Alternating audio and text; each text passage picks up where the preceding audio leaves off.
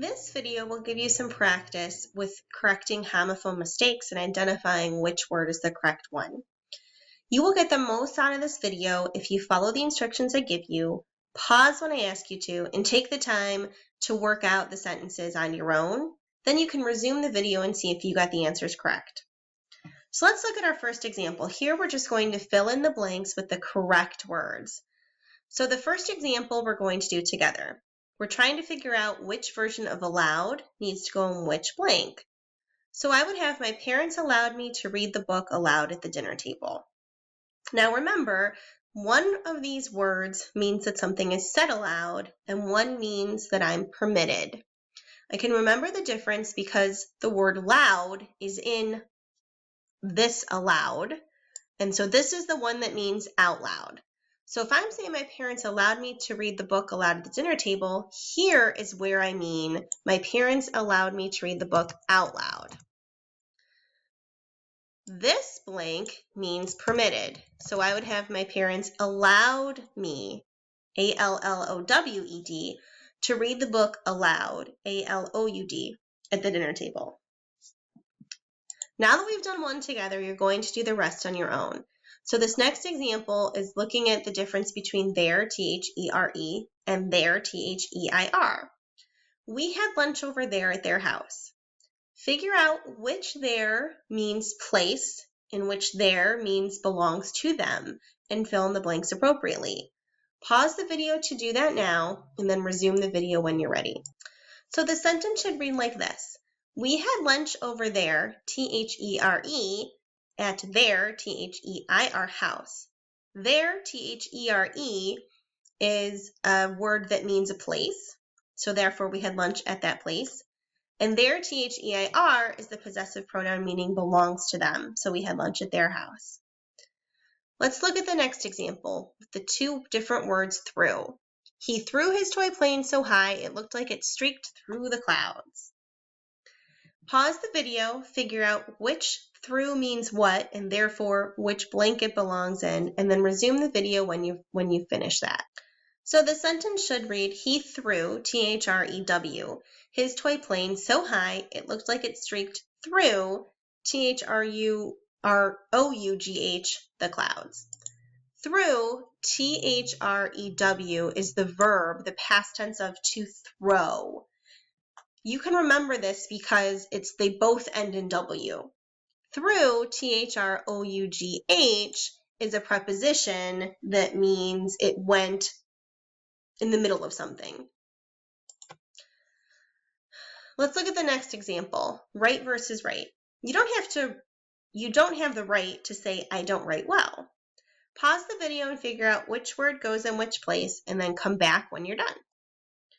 The sentence should read, you don't have the right, R-I-G-H-T, to say that I don't write, W-R-I-T-E, well. Right, R-I-G-H-T, can have two meanings. It can be right as in right versus left. It can also be right as in the ability to do something or the permission to do something.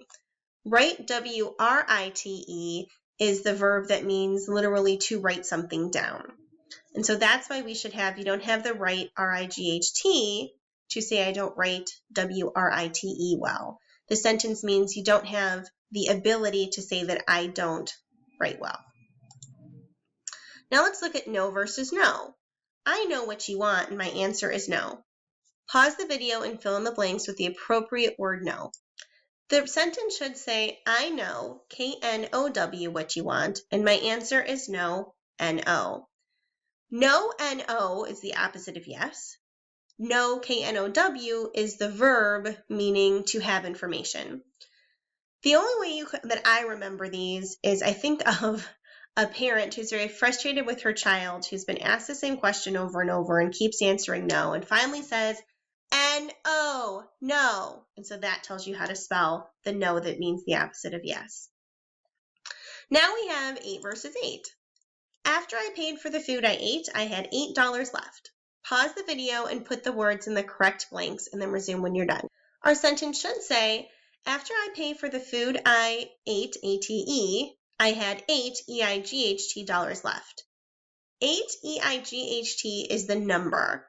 Ate, A-T-E, is the past tense of the verb to eat. Let's do the last three, all with one pause. So you have not versus not. I am not good at getting out not. And here you need to add an S here to figure out which nots they are. We have in versus in. We stayed at the in town.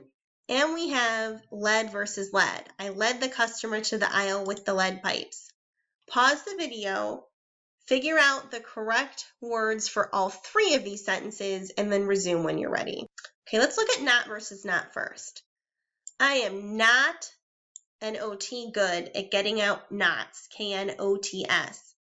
Not N-O-T is a word that signals the opposite of something. Not, K-N-O-T, is a noun that means something is all tied up. So we should have I am not N-O-T good at getting out knots, K-N-O-T-S. How about in versus in? In is the preposition, a connection word that means something is inside something else. INN is a noun that means hotel, place to stay. So we should have, we stayed at the in town. One way you can remember these is to think that in is short for inside, and inside only has one N. And then the last one here is lead versus lead pipes.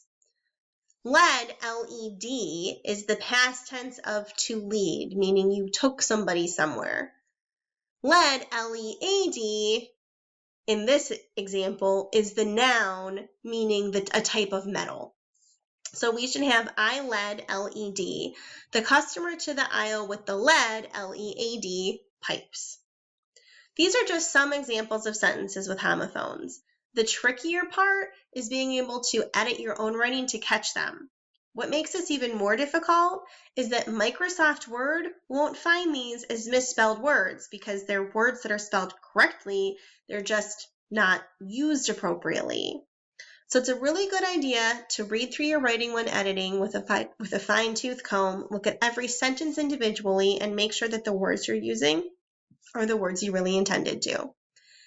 If you're still struggling with homophones after watching the video, doing the reading assignment, and doing this guided practice, please ask your instructor for help.